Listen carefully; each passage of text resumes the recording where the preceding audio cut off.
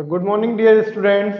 आज हम स्टार्ट करने वाले हैं हमारा NCERT class 11th chapter number 3 trigonometric functions का बेसिक कॉन्सेप्ट ऑफ एक्सरसाइज 3.2। ठीक है, तो आज के सेशन में हम स्टडी करेंगे ट्रिग्नोमेट्रिक फंक्शंस के बारे में। तो देखिए, सबसे पहले हमने देखा हो क्लास 10th में ट्रिग्नोमेट्रिक रेशियोज के बारे में स्टडी किया था। तो ट्रिग्नोमेट्रिक रेशियो और ट्रिग्नोमेट्रिक फंक्शन में डिफरेंस क्या है? तो देखिए, जो हमने क्लास 10th में पढ़ा था ना, वहां पे हमने क्या पढ़ा था? तो वहां हमने स्टडी किया था कि जो ट्रिग्नोमेट्रिक रेशियो थे अपने काय के लिए किए थे हमने स्टडी? एक्यूट एंगल्स के लिए। हमने क्या करा था? राइट एंगल ट्राइंगल थे, उनकी साइड्स का रेशियो फाइंड आउट किया था, और वहां पे जो एंगल थे हमारे वो क्या थे? एक्यूट एंगल्स थे। और इन एंगल का मेजरमेंट काय में किया था हमने? वहां पे डिग्री में स्टडी किया था। वहां सारे एंगल्स अपने क्या थे? 0 डिग्री, 30 डिग्री, 45 डिग्री, इन एंगल्स के बारे में स्टडी किया था। अब जो इस सेशन में हम पढ़ेंगे क्लास 11th में जो हम स्टडी करेंगे, यहां पर भी हम ट्रिग्नोमेट्रिक रेशियोज के बारे में ही स्टडी करने वाले हैं। ठीक है, लेकिन यहां पर क्या होगा? वहां सिर्फ एक्यूट एंगल्स के बारे में बात की थी, यहां पे हम कोई सा भी एंगल मेजर कर सकते हैं। ठीक है, हम समझेंगे कि किस तरीके से कोई भी एंगल को मेजर किया जा सकता है। तो यहाँ पे हम हर एक एंगल का मेजरमेंट कर सकते हैं। वहां सिर्फ एक्यूट एंगल का मेजरमेंट कर रहे थे। दूसरी बात, वहां एंगल का मेजरमेंट अपने डिग्री में चल रहा था, यहां हम मेजर करेंगे रेडियन में। और जब हम ट्रिग्नोमेट्रिक रेशियोज की स्टडी रेडियन में करेंगे, मतलब 2 पाई या पाई के फॉर्म में जब हम करेंगे इसकी स्टडी, तो ये जो हमारी स्टडी होगी, इस स्टडी को हम बोलेंगे ट्रिग्नोमेट्रिक फंक्शन।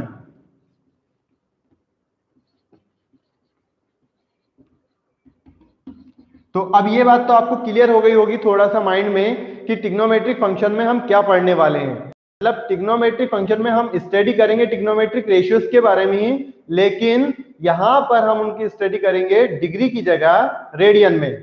क्लियर? चलिए तो आगे बढ़ते हैं।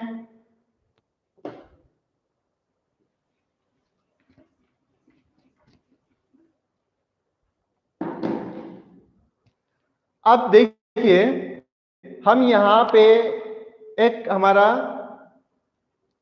कार्टेशियन प्लेन बना लेते हैं। ठीक है, ये या हम बोले कार्टेशियन कोऑर्डिनेट्स बनाते हैं। तो ये हमने दोनों हमारी एक्सिस बना दी। ये हो गया आपका एक्स एक्सिस, इधर एक्स हो गया, ये एक्स डैश, ये हो गया वाई, और ये हो गया आपका वाई डैश। ठीक है, ये हमारा सेंटर हो गया, इसको नाम दे दिया हमने ओ। अब क्या करते हैं, इस सेंटर ओ को लेकर 1 यूनिट का हम एक सर्कल ड्रॉ कर लेते हैं। ठीक, तो ये हमने एक सर्कल ड्रॉ कर लिया। कितनी रेडियस है सर्कल की? तो रेडियस हम ले रहे हैं यहाँ पे 1 यूनिट। ठीक है, तो अब हमने ये सर्कल ड्रॉ किया, तो अब देखिए ये जहां जहां कोऑर्डिनेट्स को टच कर रहा है, तो इसको हम नाम दे देते हैं। ये हो गया अपना ए, ये हो गया बी, ये हो जाएगा आपका सी, और ये पॉइंट हो गया आपका डी। ठीक है, अब इनके कोऑर्डिनेट्स भी बता देते हैं हम। तो कोऑर्डिनेट्स क्या क्या होंगे? तो देखिए, ए के कोऑर्डिनेट क्या होंगे? एक्स एक्सिस है, तो एक्स एक्सिस पे y की वैल्यू तो 0 होगी, और x की वैल्यू क्या होगी? तो हमने यहाँ पे रेडियस क्या लिया है सर्कल का? 1 यूनिट लिया है। मतलब O से A तक की डिस्टेंस कितनी है? 1 है ना? तो इसलिए A के कोऑर्डिनेट क्या हो जाएंगे? 1 और 0, क्योंकि x एक्सिस पे y कितना होगा? 0 होगा। इसी तरीके से B के कोऑर्डिनेट क्या होंगे? तो देखिए, y एक्सिस है, पॉइंट का है, y एक्सिस पे है, तो y एक्सिस पे x की वैल्यू तो 0 हो जाएगी, और y कितना हो जाएगा आपका? 1। तो कोऑर्डिनेट क्या होगा b के? 0 और 1। उसी तरीके से c के कोऑर्डिनेट देखिए कितने हो जाएंगे c के कोऑर्डिनेट? तो c के कोऑर्डिनेट हो जाएंगे आपके, इधर आ रहे हैं x एक्सिस पे, नेगेटिव होगा तो -1 और 0। ठीक है, d के कोऑर्डिनेट क्या हो जाएंगे? y एक्सिस है, तो आपका x तो 0 रहेगा, और y क्या होगा? y डैश पे पॉइंट मिल रहा है, मतलब कि नेगेटिव, तो d के कोऑर्डिनेट हो जाएंगे आपके 0 और -1। ये बात क्लियर है? अब क्या करते हैं, हम इस सर्कल पे कोई पॉइंट ले लेते हैं। ठीक, एक पॉइंट लेते हैं हम PAB। कोई भी पॉइंट हमने यहां ले लिया इस सर्कल के ऊपर कि एक पॉइंट यहां पर P है, और उसके कोऑर्डिनेट होंगे AB। क्लियर इतनी बात? अब क्या करते हैं, इस O और P को ज्वाइन कर देते हैं हम, ठीक है। इस OP को हमने ज्वाइन कर दिया। अब देखिए यहां पर ये जो आपका एक एंगल फॉर्म हो रहा है AOP दिखाई दे रहा है, ये है एंगल हमारा AOP। इसको हम नाम दे देते हैं कि ये कितने का मेजरमेंट होगा इस एंगल AOP का, x रेडियन। अभी एंटी क्लॉकवाइज डायरेक्शन में जा रहे हैं, इसलिए एंगल को हम पॉजिटिव कंसीडर करके चलते हैं। तो कितना हो जाएगा आपका, ये x रेडियन का हो गया, ठीक। अब थोड़ा सा पीछे जाकर याद करिए कि जब हमने पिछले वाली एक्सरसाइज का बेसिक कॉन्सेप्ट पढ़ा था, तो वहां पे देखा था अगर कोई भी यूनिट सर्कल अगर हमारे पास होता है तो क्या होगा, length of arc is equal to theta के बराबर होता है, क्योंकि अपना फॉर्मूला क्या था, theta is equal to L by R था। तो अब रेडियस को अगर अपन 1 रख देते हैं, 1 यूनिट रख देंगे, तो theta is equal to L होगा। तो इसका मतलब क्या हुआ, अगर यहां पर एंगल हमारा x है, तो ये जो आर्क AP है ये कितना होगा, ये भी x ही होगा, ठीक है। और डायरेक्शन क्या होगी इसकी भी, एंटी क्लॉकवाइज डायरेक्शन।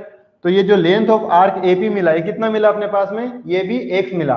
तो हम साइड में यहां लिख देते हैं कि रेडियस तो हमारे सर्कल की 1 यूनिट थी, ठीक है। अब क्या करा हमने, तो हमारे पास में एंगल हो गया, ठीक है। एंगल क्या है आपका, थीटा, या हम उसको लिख देते हैं एंगल इज इक्वल टू कितना है आपके पास में, x रेडियन का एंगल है, और लेंथ ऑफ आर्क AP, ठीक है, वो कितना है, तो वो भी आपके पास में मिल गया आपको x। इतनी बात क्लियर, इसमें कोई डाउट किसी को? चलिए तब बात को आगे बढ़ाते हैं। अब यहां पर देखिए कि ये हमारे पास एंगल AOP बन गया। अब हम यहां से अगर इस P से एक परपेंडिकुलर लाइन ड्रॉ कर दें, क्या करते हैं, इस P से एक परपेंडिकुलर लाइन ड्रॉ कर दें, तो वो इस एक्सिस पे सपोज M पॉइंट पे टच कर रही है। तो आप देखिए यहां पर एक ट्रायंगल फॉर्म हो रहा है OMP, ठीक है। अब इतना हम सबको मालूम है कि अगर ये कोऑर्डिनेट PAB यहाँ है, तो इसका मतलब यही हुआ ना कि भाई O से लेके M तक की डिस्टेंस हमारी रही होगी A, और M से लेके P की डिस्टेंस रही होगी B, तभी तो जाके हमको कोऑर्डिनेट्स मिलेंगे AB। इसमें कोई डाउट है ना? हमारे पास में क्या मिला, हम बोल सकते हैं यहाँ कि अगर इन ट्राइंगल हम बात करें, कौन से ट्राइंगल में बात करें, POM में, तो इसमें हमको ये समझ में आ रहा है कि जो OM है वो इक्वल टू है A के बराबर, और ये जो MP है ये इक्वल है आपका B के बराबर, ठीक है। और एक बात और हमको यहाँ दिखाई दे रही है कि ये जो OP है ये काय के बराबर होगा, जल्दी से कमेंट करके बताइए, OP काय के इक्वल होगा?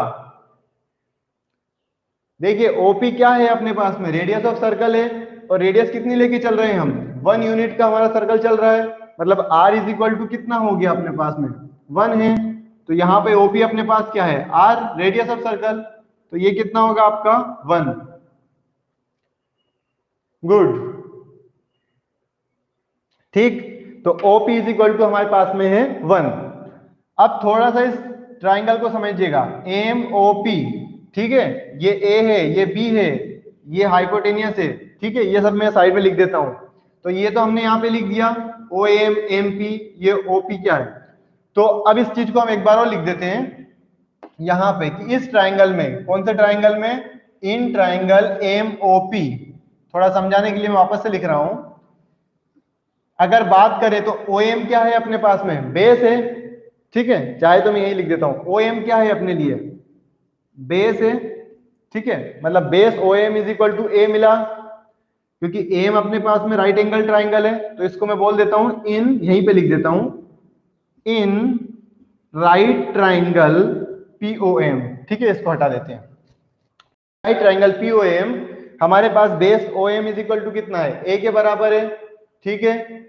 फिर परपेंडिकुलर PM कितना है, तो ये हो गया आपके पास में परपेंडिकुलर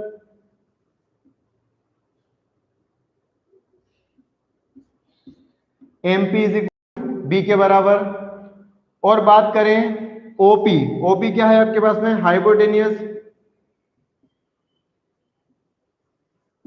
तो hypotenuse OP is equal to कितना हो गया आपके पास में 1। अब ये इतनी बात समझ में आ गई। अब देखिए, तो इस रिलेशन से, है ना, हम अब साइन और कोस की वैल्यू फाइंड आउट करते हैं। काय की वैल्यू फाइंड करते हैं, साइन और कोस की। तो देखिए, हमने पढ़ा था पहले, अगर हम कोस की बात करते हैं तो हमारा फॉर्मूला क्या था, हमारे पास यही था ना, कोस इज इक्वल टू होता है, सपोज कोई एंगल है कोस थीटा, तो वो काय के बराबर होता है, क्या लिखेंगे रेशियो में, तो कोस इज इक्वल टू होता है बेस अपॉन हाइपोटेनियस। याद आया कुछ आपको, पंडित बद्री प्रसाद हर हर बोले, वही चीज यहां पर हमको अप्लाई करनी है। तो बेस अपॉन हाइपोटेनियस। अब थीटा एंगल, एंगल की जगह क्या है अपने पास में, एक्स है, रेडियन में है, तो आप यहां क्या लिख देंगे, आप लिख देंगे कोस एक्स, है ना, क्योंकि यहाँ एंगल अपना थीटा नहीं है, एक्स है रेडियन में। बेस कितना है, बेस है ए, तो बेस की जगह हम लिख देते हैं ए, और कितना है 1, तो हाइपोटेनस की जगह हम रख देते हैं 1। तो देखिए क्या मिला आपको, cos X is equal to A by 1, मतलब कि ए। ठीक, तो पहली हमारे पास एक रिलेशन मिला पहला, कि cos x is equal to A, आप चाहें तो इसको इक्वेशन 1 बोल दीजिए। पहला रिलेशन समझ में आया। अब इसी तरीके से हम साइन के लिए रिलेशन निकालते हैं। ठीक है, तो sine theta is equal to क्या था, इज इक्वल टू था परपेंडिकुलर अपॉन हाइपोटेनियस। ठीक है, क्या था, perpendicular upon hypotenuse.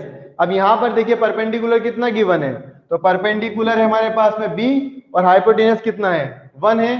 Value put कर देते हैं, तो देखिए साइन थीटा, थीटा एंगल क्या है अपने पास में, तो इस समय एंगल अपना चल रहा है x, तो थीटा की जगह हम लिख देंगे x is equal to perpendicular कितना है, तो परपेंडिकुलर हमारे पास में है b, तो आप यहाँ पर की जगह b रख देंगे। हाइपोटेनियस हमारे पास में है 1, तो यहां पर हम पुट कर देते हैं 1। तो देखिए क्या मिला अपने पास रिलेशन, तो sine x is equal to मिला b। ठीक है, ये दो रिलेशन हमको यहां पे मिल गए। क्या मिला, एक तो cos of x is equal to है a, और दूसरा है sine x is equal to b। यहां तक कोई डाउट हो तो बताइए, फिर आगे बढ़ते हैं हम। चलिए गुड, इसको अब रफ कर देते हैं।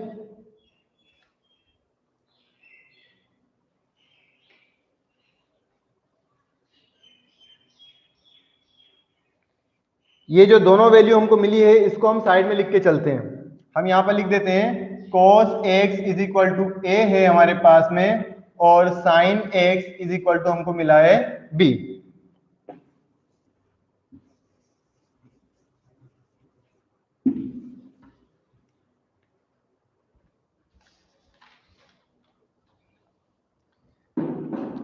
अब देखिए, अगर हम किसी एक पॉइंट की बात करें, है ना, जैसे कि अगर हम बात करते हैं इस p कोऑर्डिनेट p पॉइंट की, तो इस p पॉइंट पे जब हम एक सर्कल पूरा कंप्लीट कर लेंगे, तो हमारा जो रिवॉल्यूशन, एक रिवॉल्यूशन कंप्लीट हो जाएगा। तो 1 रिवॉल्यूशन के बाद में हमको वापस से वैल्यू क्या मिलेगी, यही पी ए बी पॉइंट यहाँ पे मिलेगा। फिर हम इसका 2 रिवॉल्यूशन करेंगे तो वापस कहाँ आ जाएंगे, वापस इसी पॉइंट पे आ जाएंगे। 3 रिवॉल्यूशन में भी वापस यहाँ आ जाएंगे। तो मतलब क्या है कि एक रिवॉल्यूशन कंप्लीट करने पे हम वापस उसी पॉइंट पे पहुंच जा रहे हैं। ठीक है, तो इससे हमको क्या समझ में आएगा, तो देखिए पहले आप उसको हम लिख लेते हैं कि 1 रिवॉल्यूशन इज इक्वल टू काय के बराबर पढ़ा था हमने, 2 पाई रेडियन के बराबर। तो हमारे पास था ना 1 रिवॉल्यूशन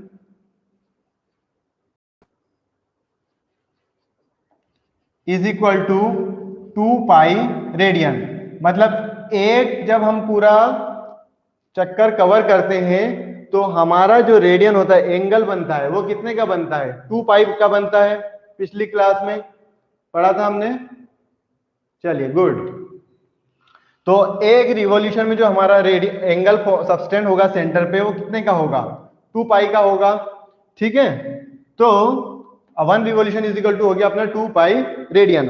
अब देखिए कि अगर हम इस रिवॉल्यूशन को 1/4 कर देते हैं, कितना कर देते हैं, 1/4, तो कहां से कहां तक पहुंचेंगे?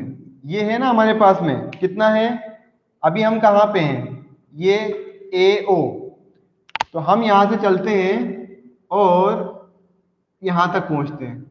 ठीक है, तो कितना होगा, हम 1/4 ही रिवॉल्यूशन कंप्लीट कर रहे हैं। ठीक, तो उसको आप कितना लिख दोगे, π/4 लिख सकते हो, उसको हम लिख सकते हैं ना π/4, सॉरी देखिए 1 रिवॉल्यूशन इज इक्वल टू 2 पाई आ गया। तो हम क्या कर रहे हैं कि इस रिवॉल्यूशन में अगर आप इतना देखो AOB, ये क्या है, एक क्वाड्रेंट फॉर्म हो रहा है। ठीक है, तो हम यहाँ पे एंगल AOB हमारा कितना हो जाएगा, देखते हैं, हम निकाल के देखते हैं। तो मतलब क्या था, टोटल हमारे पास एंगल कितना है, तो आप इसको लिख दो, angle AOB is equal to कितना होगा, तो टोटल एंगल तो होता है हमारा 2 पाई का, और हम कितना कवर कर रहे हैं, इसको कर रहे हैं 1/4 पार्ट कवर कर रहे हैं ना, यहां से यहां तक कितना है 1/4 पार्ट है। तो हम इसको क्या करेंगे, 4 से डिवाइड कर देंगे, तो हमको मिलेगा π/2। ठीक है, बात समझ में आई? इतना एंगल AOB कितना हो गया आपका, π/2 के बराबर। फिर बात करते हैं इस एंगल की, AOC, एंगल AOC काय के बराबर होगा एंगल AOC, तो आप देखिए कि ये हाफ क्वाड्रेंट प्लस ये, सॉरी ये क्वाड्रेंट प्लस ये क्वाड्रेंट, ठीक है, इन दोनों को मिला देंगे तो पूरा कितना हो जाएगा, π/2 प्लस π/2, या उसको हम बोले 2 × π/2, एक ही बात है। तो इसको मैं लिख सकता हूं 2 × π/2, मतलब कितना आया एंगल AOC, अपने को मिला पाई। बोलो बात समझ में आ रही है? राइट, चलिए अब निकालते हैं हम एंगल AOD, यहां से यहां तक, अभी ये निकाला हमने, अब ये एंगल निकालते हैं। ठीक है, तो ये एंगल कितना आएगा आपका, एंगल AOD,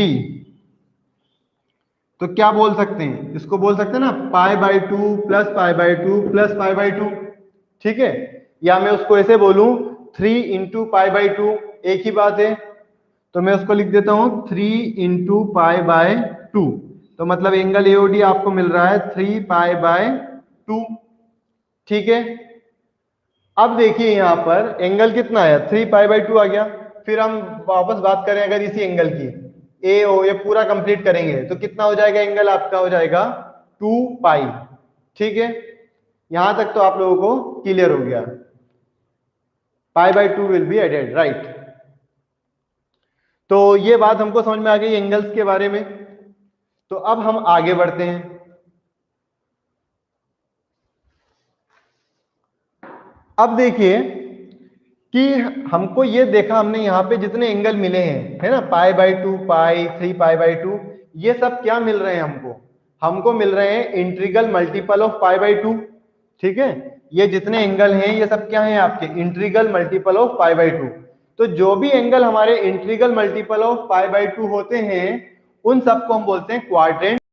क्या बोलेंगे, ये सारे एंगल क्या कहलाएंगे आपके, क्वाड्रेंट एंगल्स। ठीक है, चलिए तो अब इसको हम रफ करते हैं और आगे बढ़ते हैं।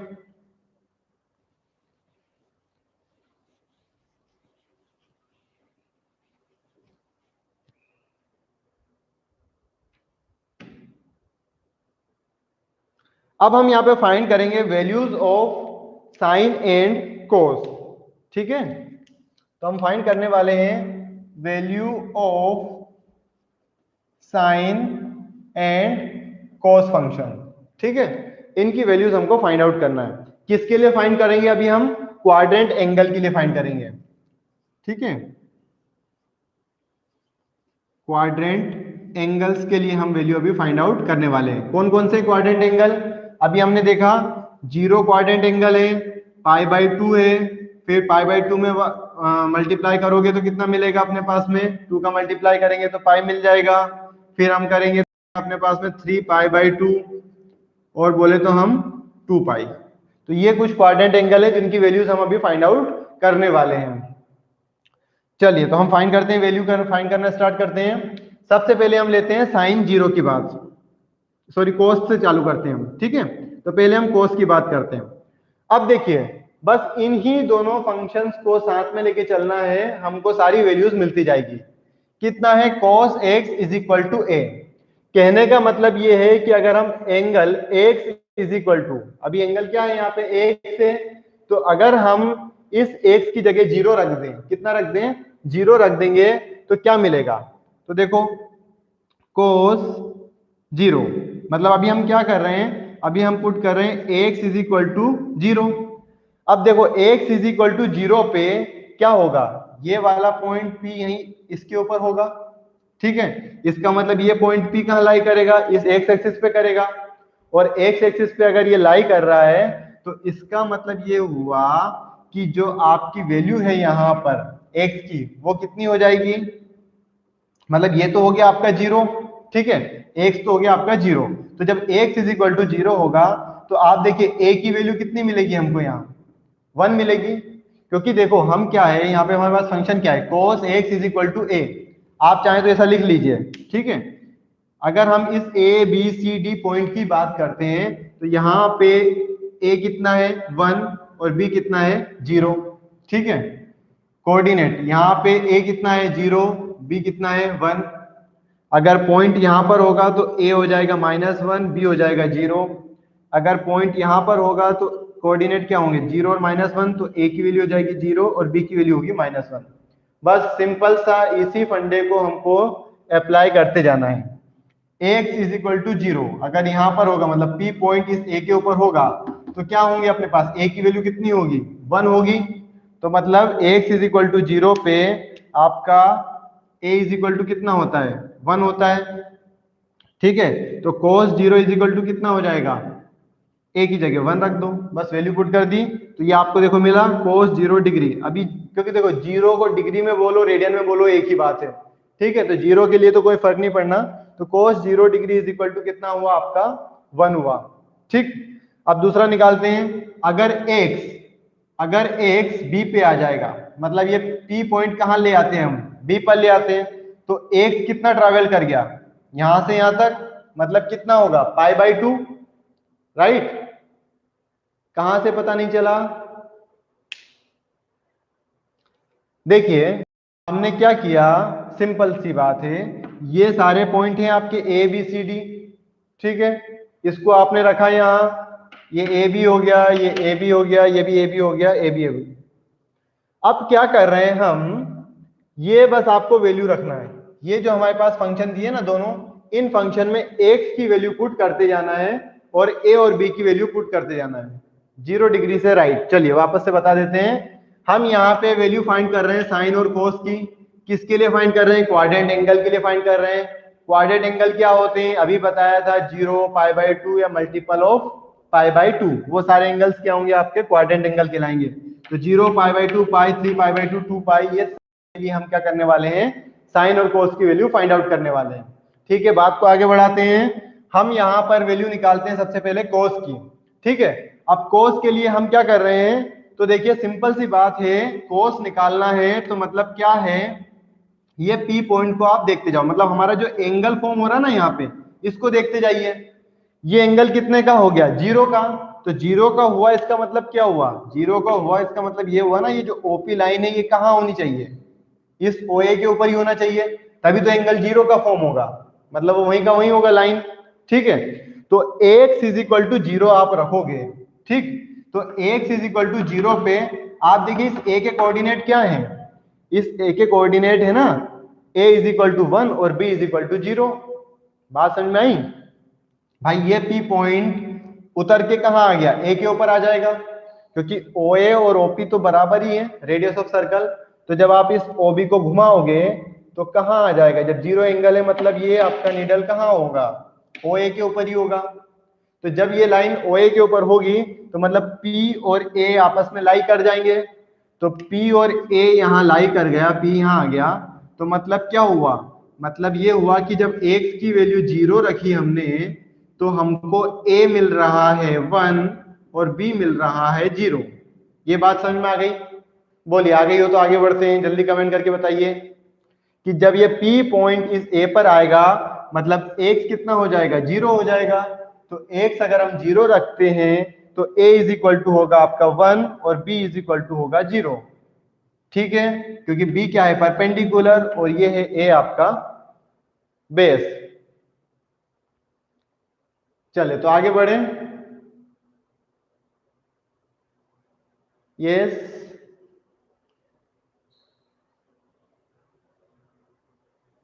Amazing facts, please mention your name, so we will proceed. चलिए, तो अब इतना समझ में आ गया आपको, है ना। तो अब मतलब x is equal to zero पे a इज इक्वल टू 1 होता है, b इज इक्वल टू 0 होता है। तो हम आगे बढ़ते हैं। Okay, welcome Subhash. तो यहां पर अब आगे बढ़ते हैं, तो आगे बढ़ते हैं तो क्या हुआ, अब देखो कोस और साइन की वैल्यू फाइंड करना है, तो x इज इक्वल टू 0 पे a इज इक्वल टू अपना है 1 है, तो कोस में हम यहाँ वैल्यू पुट करते जाओ, बस सिंपल सा वैल्यू पुट करना है। x की जगह कितना रख दोगे 0, और a की जगह आप रख दोगे 1, तो कितना मिला आपको, कोस 0 डिग्री इज इक्वल टू मिल गया आपको 1। ठीक है, चलो अब उसके बाद में इसी तरीके से हम जो है साइन की वैल्यू निकाल सकते हैं। साइन की वैल्यू में इस साइड निकालता हूं, ठीक है। तो कितना रख रहे हैं, x इज इक्वल टू अगर हम 0 रखते हैं तो b, साइन के लिए रिलेशन क्या है, sine x is equal to B है। मैं यहां लिख देता हूं एक बार और, sine x is equal to B है, मतलब यहाँ x इज इक्वल टू 0 पे हमको b की वैल्यू चेक करना है, तो x इज इक्वल टू 0 पे b कितना है, 0 है, तो b इज इक्वल टू 0 है। तो वैल्यू पुट कर देते हैं इस फंक्शन में, तो जब हम यहां पर x की जगह 0 रखेंगे तो b इज इक्वल टू कितना मिलेगा, 0। तो साइन 0 इज इक्वल टू मिल रहा है आपको 0।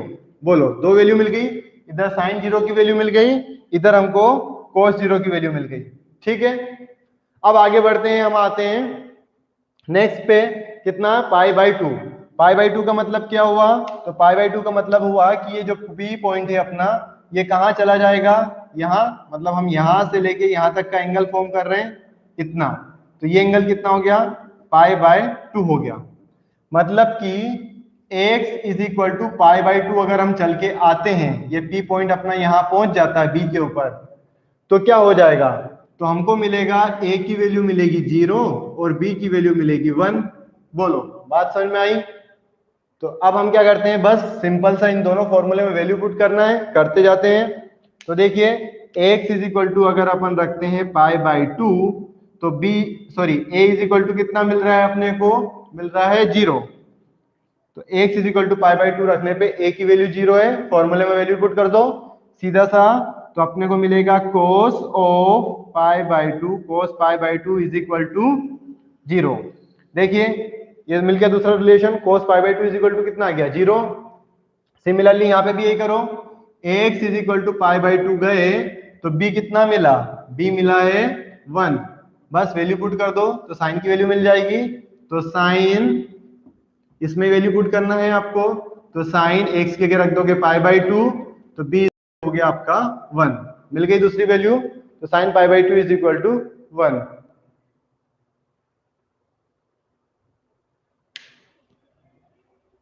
साइंस का लेंगे कौन सी क्लास के लिए,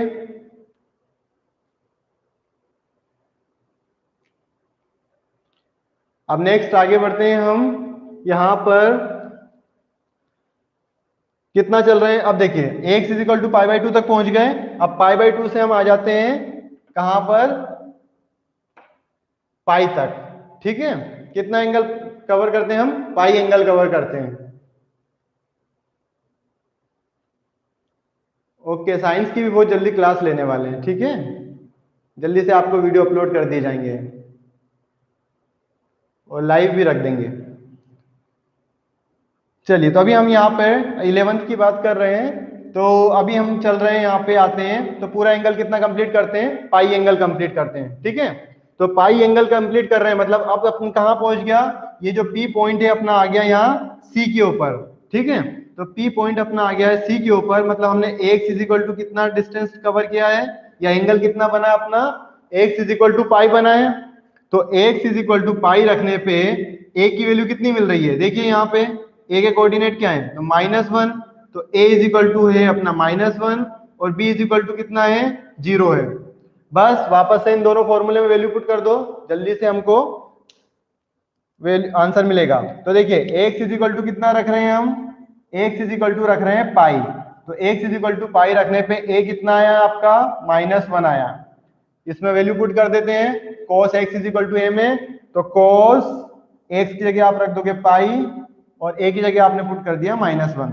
तो देखिए एक और वैल्यू मिल गई, cos पाई की हमको कितनी वैल्यू मिली, तो cos pi is equal to मिला -1। ठीक है, राइट।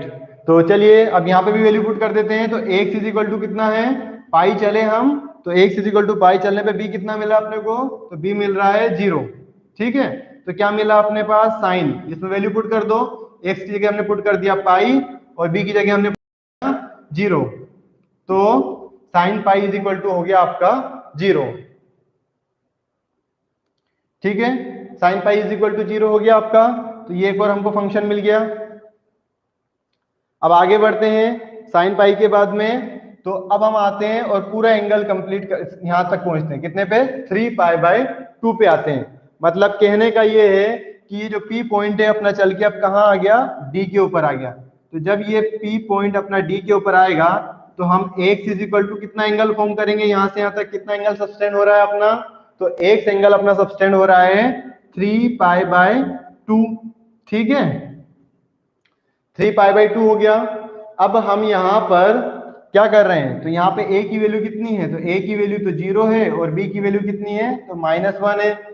ठीक है, वैल्यू पुट कर देते हैं, अब हमको दूसरे फंक्शन मिल जाएंगे। तो देखिए a इक्वल टू हम कितना आ रहे हैं, 3π/2 जा रहे हैं, तो a की वैल्यू अपने पास में आ रही है 0।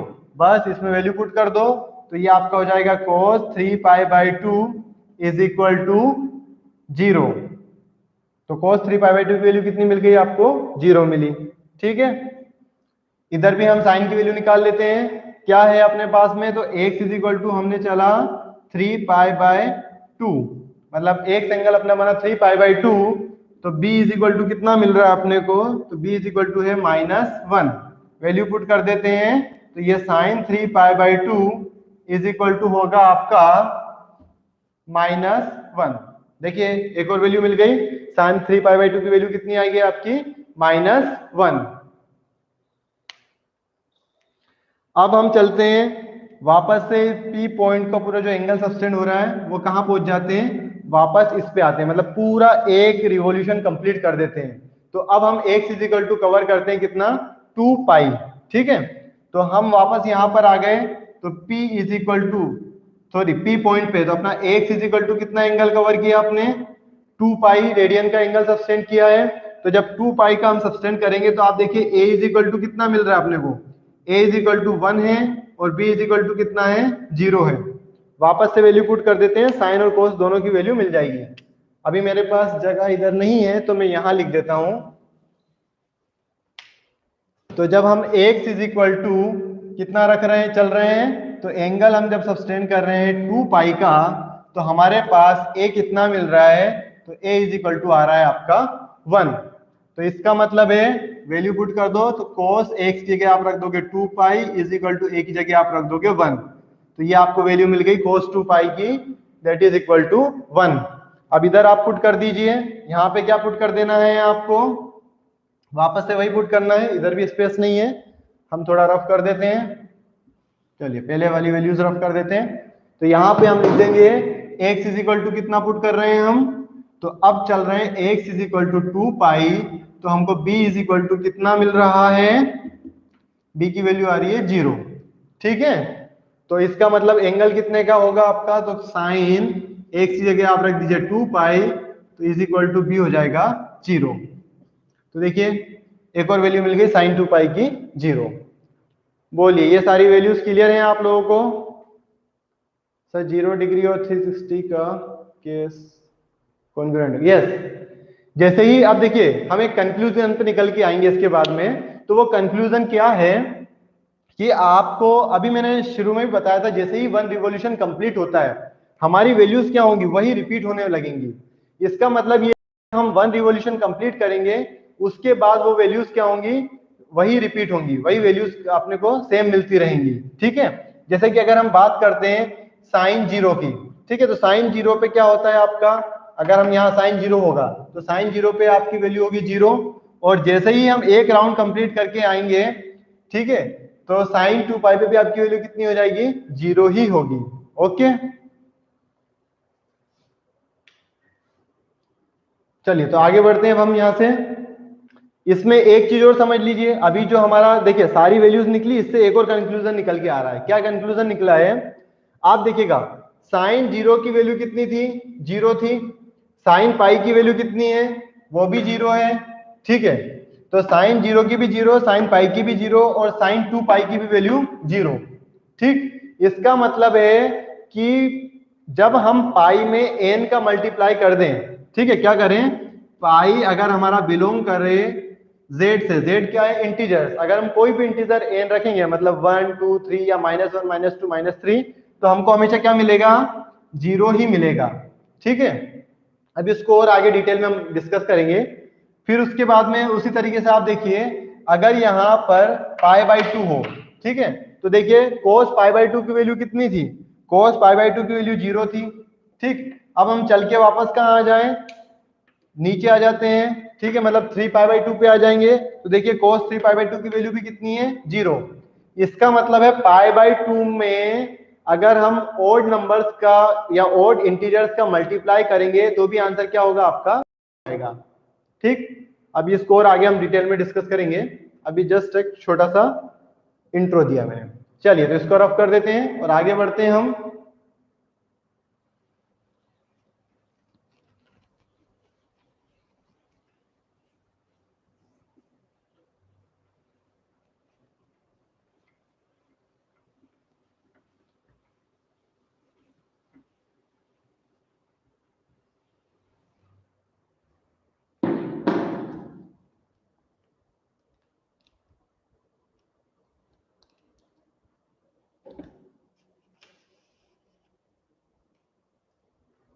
तो अब वही बात जो अभी हमने कही कि जैसे हम 2 पाई इंक्रीज या डिक्रीज होंगे, हमारी साइन और कोस की वैल्यू में कोई चेंजेस नहीं आएगा। तो उसको हम इस तरीके से लिख सकते हैं कि अगर हम इंक्रीज करें या डिक्रीज करें, ठीक, तो 2 पाई में आप जैसे देखिए आप 1 रिवॉल्यूशन कंप्लीट करें तो एंगल बनेगा 2 पाई का, 2 रिवॉल्यूशन कंप्लीट करेंगे तो क्या हो जाएगा, हम उसको लिख सकते हैं ना 2 पाई इंटू 2। 3 रिवॉल्यूशन कंप्लीट करेंगे तो उसको हम लिख देंगे 2 पाई इंटू 3। मतलब ये सब क्या है आपका एन के मल्टीपल्स चल रहे हैं, तो उसको मैं लिख सकता हूँ 2 पाई एन लिख दें हम। ठीक, चाहे एक रिवॉल्यूशन कंप्लीट करो या 2 रिवॉल्यूशन कंप्लीट करो, वैल्यूज में कोई चेंजेस नहीं आना है। तो हम 2 पाई एन प्लस एक्स करते हैं तो इज इक्वल टू आपको क्या मिलेगा, काय के बराबर मिलेगा, साइन एक्स के बराबर। बात समझ में आई कि हमारी जो साइन एक्स की वैल्यू है वो सेम रहने वाली है। फिर हम चाहे उसके 1 एंगल कंप्लीट करें या 2 राउंड कंप्लीट करें या 3 राउंड कंप्लीट करें, चाहे क्लॉकवाइज डायरेक्शन में करें या एंटी क्लॉकवाइज डायरेक्शन में करें, उस केस में आपका क्या रहने वाला है, हमेशा ही equal to X, sine X के ही बराबर रहेगा जो साइन एक्स की वैल्यू है। उसी तरीके से cos के फॉर्म में होगा कि cos 2 pi into N plus X करेंगे तो वो होगा आपका cos x के इक्वल। बोलिए ये बात क्लियर है, तो हम आगे बढ़ते हैं।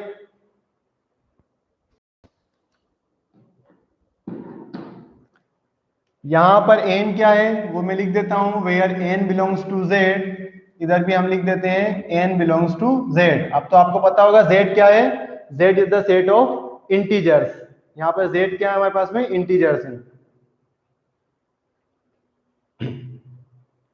बोलिए क्लियर हो गया।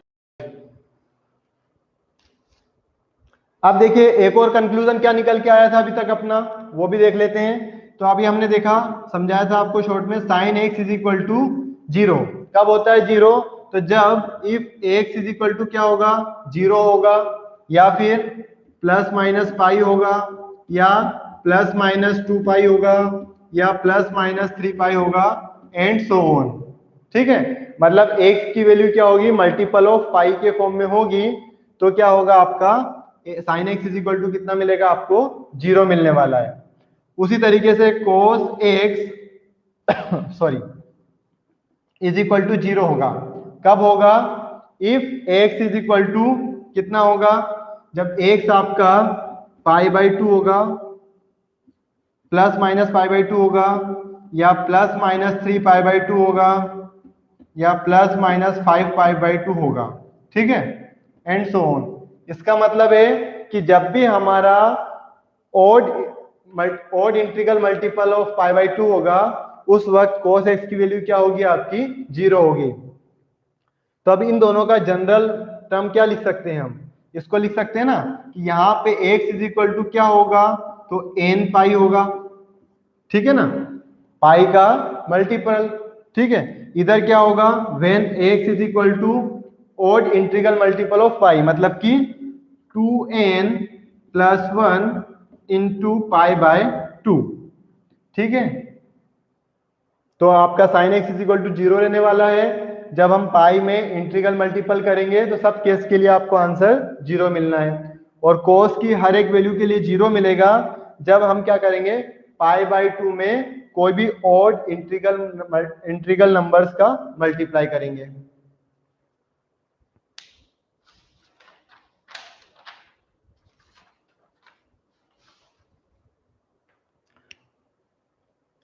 तो इसको हम रफ कर देते हैं। तो इस बात को और डिटेल में अच्छे से लिख देते हैं हम, किस तरीके से। तो sine X is equal to 0 रहेगा, इसका मतलब ये है, implies that, this implies that X is equal to काय के बराबर होगा, एन पाई के बराबर। ठीक है, एक्स इज इक्वल टू क्या रहने वाला आपका, एन पाई रहने वाला है। और यहां पर हमारे पास एन क्या है, तो एन बिलोंग कर रहा है आपका जेड से। ठीक है, फिर बात करते हैं हम यहाँ पे cos ऑफ x की। तो cos of x is equal to 0 रहेगा, इसका मतलब क्या है, इसका मतलब है कि x जो है आपका काय के इक्वल है, 2n प्लस 1 के बराबर है, into pi by 2, where n belongs to z। यहाँ पे n काय से बिलोंग कर रहा है, आपका z से बिलोंग कर रहा है। ठीक है, तो ये हमारे पास एक रिलेशन हुआ।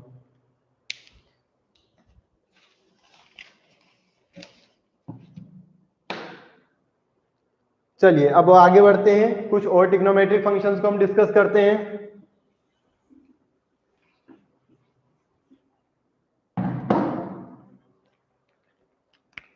तो अब हम निकालते हैं अदर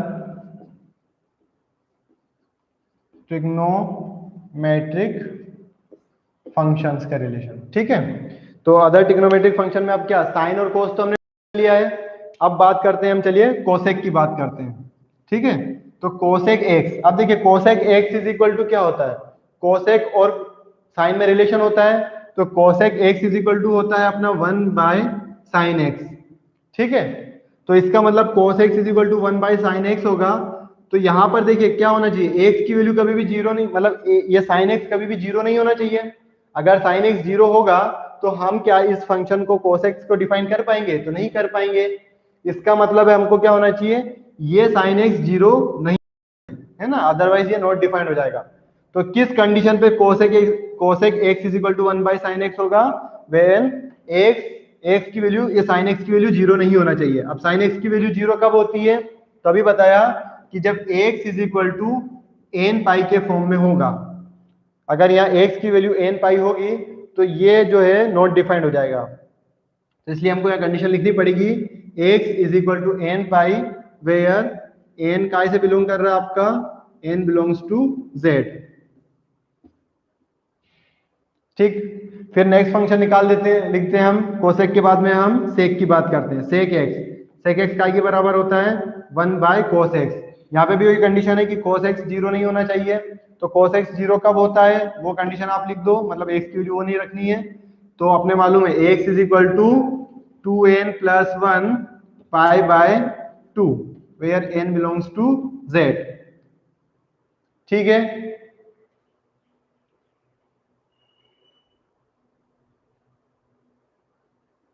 ओके, नो प्रॉब्लम।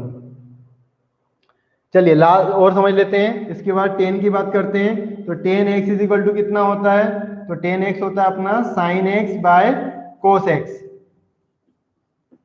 ठीक है, तो यहाँ पे कोस एक्स है नीचे, मतलब कोस एक्स की वैल्यू 0 नहीं होना चाहिए। तो हमको कंडीशन लिखनी पड़ेगी कि x is equal to 2n plus 1 pi by 2 नहीं होना चाहिए, सॉरी इन सब में मैंने एक चीज रॉन्ग लिख दिया है, इक्वल टू नहीं, नॉट इक्वल टू होना चाहिए, ठीक है ना।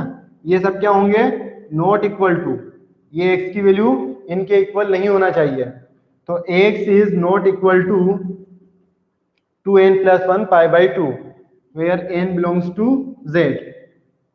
फिर देखिए cot of x is equal to कितना होगा, तो cos x upon sin x। इसका मतलब क्या है, इसका मतलब ये कि x does not belongs to या x does not equal to pi के बराबर नहीं होना चाहिए, n पाई के बराबर नहीं होना चाहिए।